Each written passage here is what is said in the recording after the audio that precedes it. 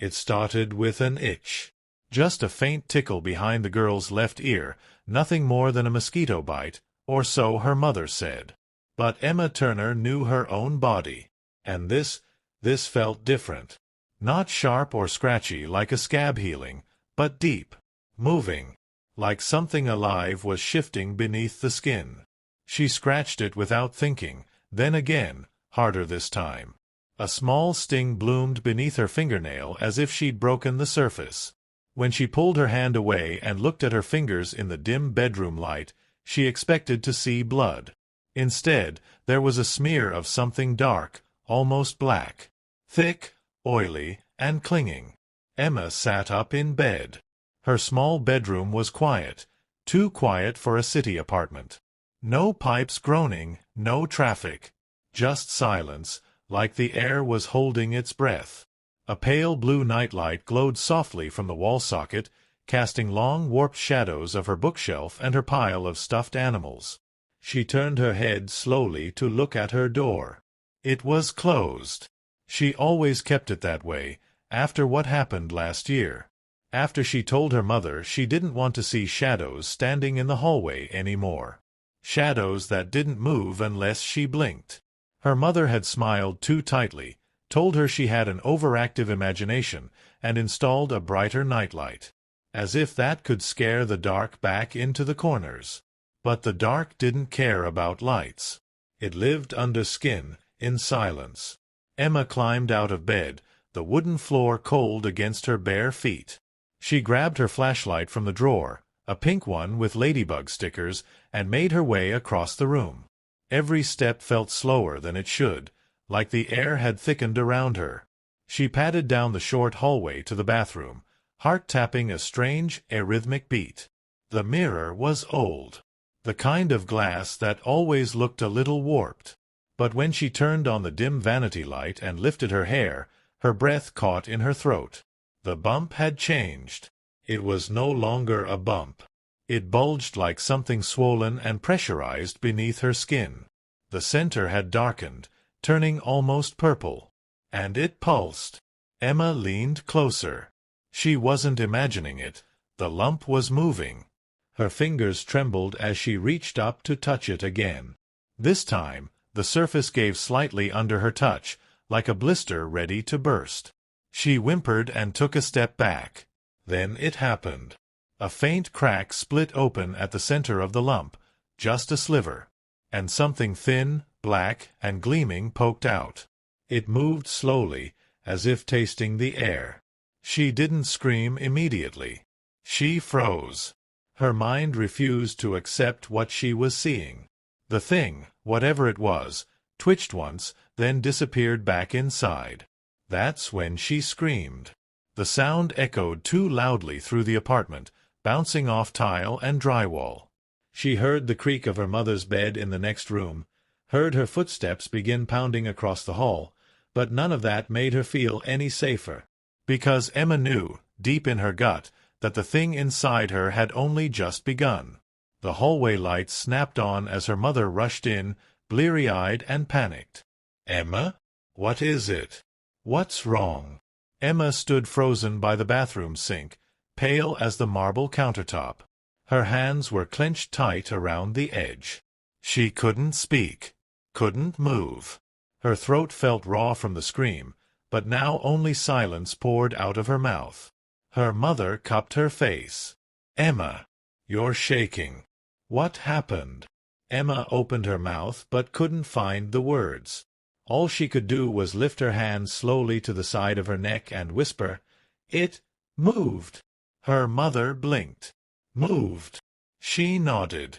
"There's something inside me." It sounded ridiculous out loud. The kind of thing you'd hear from a child after watching too many monster movies. But her mother didn't laugh. She just looked tired, concerned, but in the wrong way. The way adults look when they're already deciding what medicine you need before you finish talking.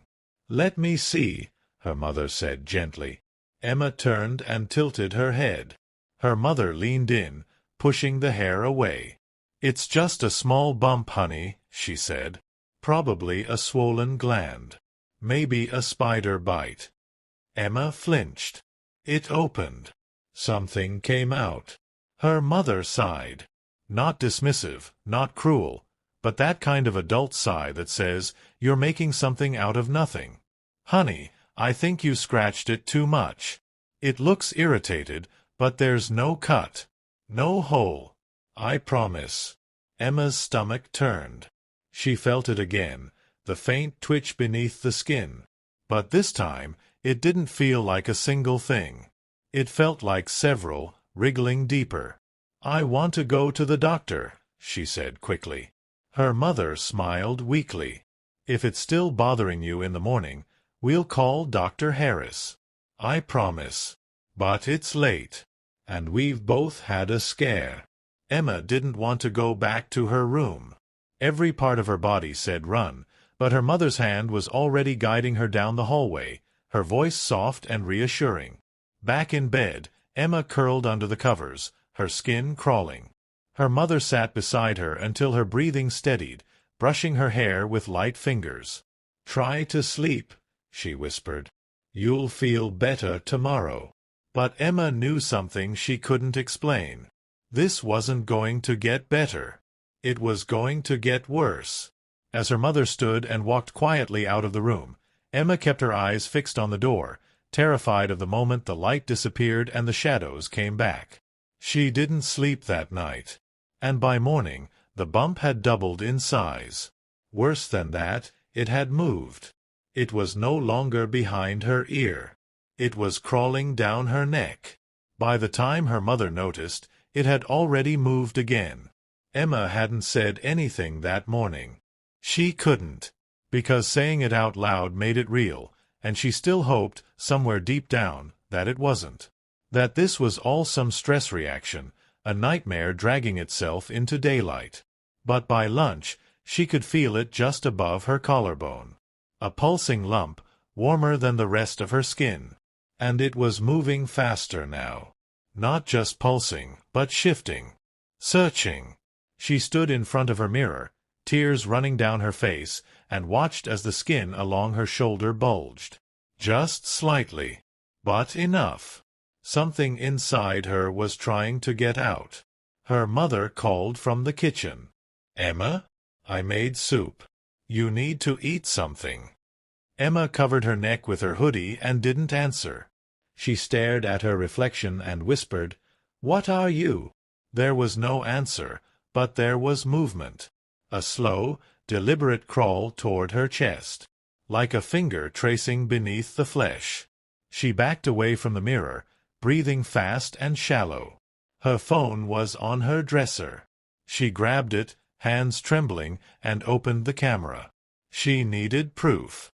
She couldn't explain it, but she knew, if she didn't record this, no one would believe her. Maybe not even herself. She pressed record and aimed the lens at her shoulder. For a moment, nothing happened. Then the skin twitched, bulged, shifted again. "Oh my God," she whispered. There was a knock at her door. "Emma," her mother said softly. "Are you all right in there?" Emma stuffed the phone under her pillow. "I'm fine. You've been in there a long time. Can I come in?" "No." Silence on the other side. Then footsteps retreating down the hall.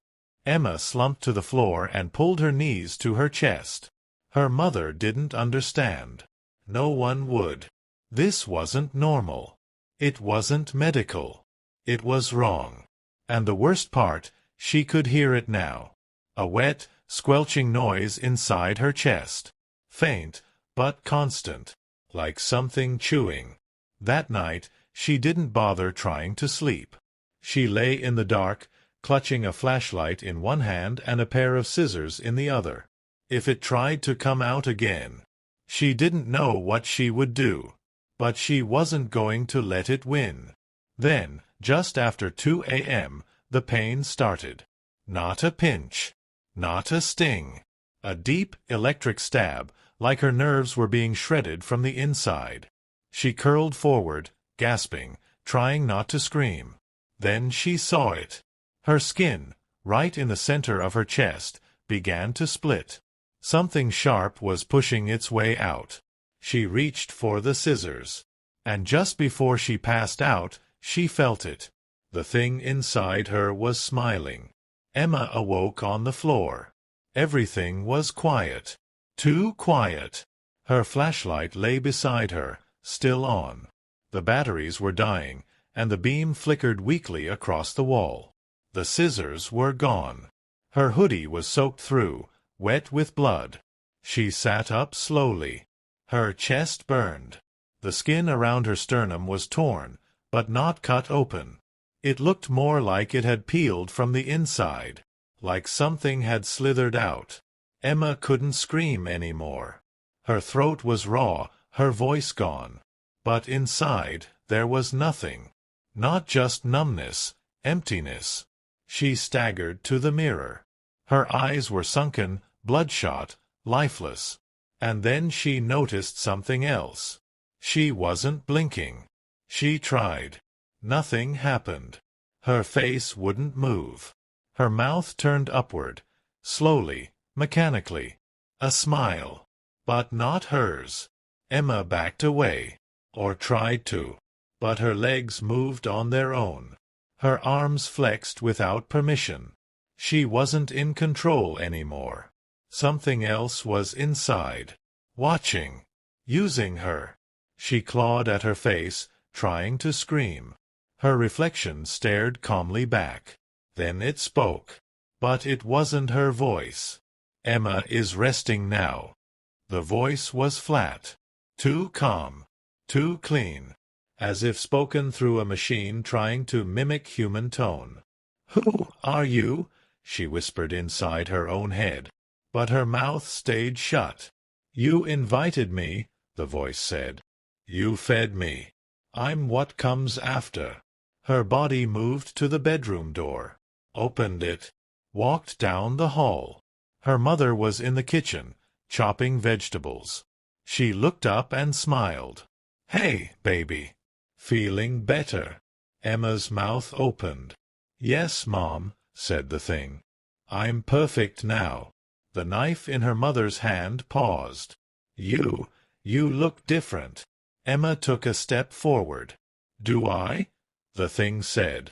Behind her eyes, Emma screamed. But no one could hear her anymore. That night, the neighbors said they heard a strange sound, like crunching and tearing. Then silence. By the time police arrived, the house was empty. No sign of Emma. No sign of her mother. Just a message carved into the wall above the kitchen sink. "It's hungry. It learns." And underneath it, drawn in dark red, a smile.